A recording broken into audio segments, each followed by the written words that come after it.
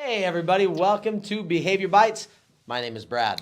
And I'm Mike. We're also joined by our producer, Aaron, behind the camera. Hello. All right, Mike, we're doing some serious stuff today, right? Yep. All right, guys, this is called the 3x3 Behavior Intervention Strategy. Mike, tell us what it is. All right, the 3x3, asking a student 3 questions 3 times a day.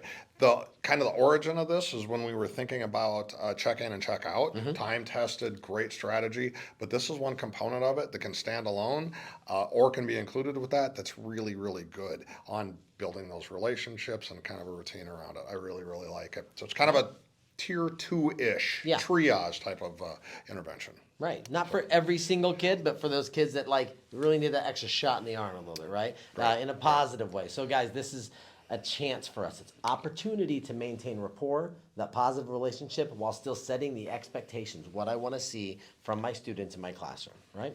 Why is it so important, Mike? Number 1, strengthens relationships that you have with the kid. Number 2, this is a routine.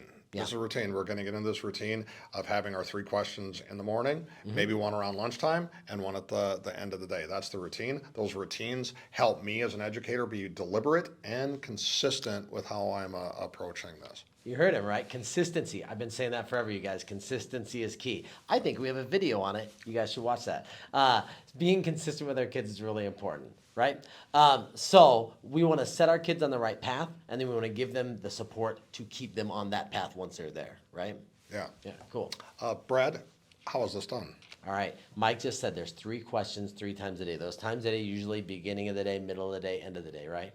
And so what we're going to do to show you guys what this looks like is we're going to role play for you guys. We're going to model what these questions could look like. So Mike, you're going to be my student, and I'm going to be the teacher. And let's see, you're going to be a 9th grader?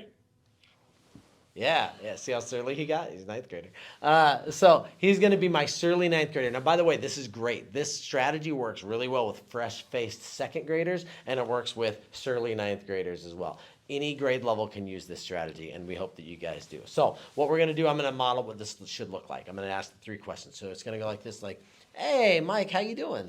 Oh, I'm tired, Mr. Hoffman. Oh, yeah, I get that. All right. Hey, did you get some breakfast today? Yeah, I did. I had some Cheerios. Oh, yeah? We were out of sugar. Ugh. So, I'm not a fan of Cheerios without sugar. More like Sados, right? Yeah. Hey, listen, man. Did you get your homework done last night? Most of it. That algebra was really hard. I didn't quite get it. Yep. So So here's the I didn't thing. get that done. Here's the thing, man.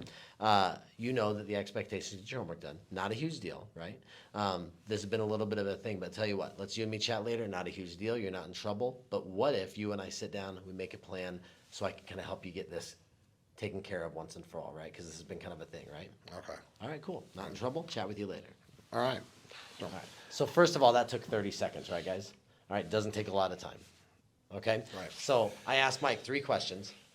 And Mike, when I asked you right away, I said, how are you doing? What did that do for us? What that does, and it's a great question, nice and generic, but it's kind of taking my temperature a little bit, the triage. So in this one, I'm tired. All right, got it. 9th grader, tired.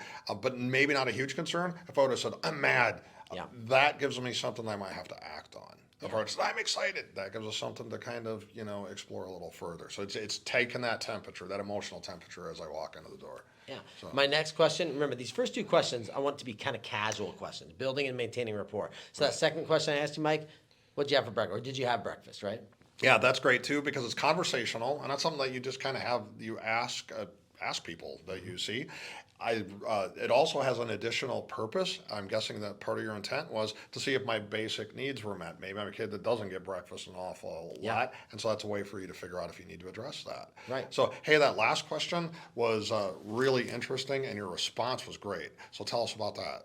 All right, so I asked you if you got your homework done, right? Yeah. So my expectation in my classroom, this is an expectation level question. My expectation is that my students all turn in their homework every day. So I'm checking on that with you, right? But I want to do it in a non-confrontational, in a partnering way. So if you guys notice, I asked him if he got it done. He said he didn't. I said, no big deal. Let me help you with this so it gets taken care of. So I'm immediately setting myself up instead of a conflict. I'm setting myself as a partner. Right? And that's what. And so here's the thing, guys. We're going to do a lot more work on this, right, we Mike? are. There's a lot more to say about this. All right, but that's going to be coming down the road. In the meantime, send us emails. Let us know your questions, comments, concerns, gripes, complaints. We want to hear them. Also, go forth, do good things.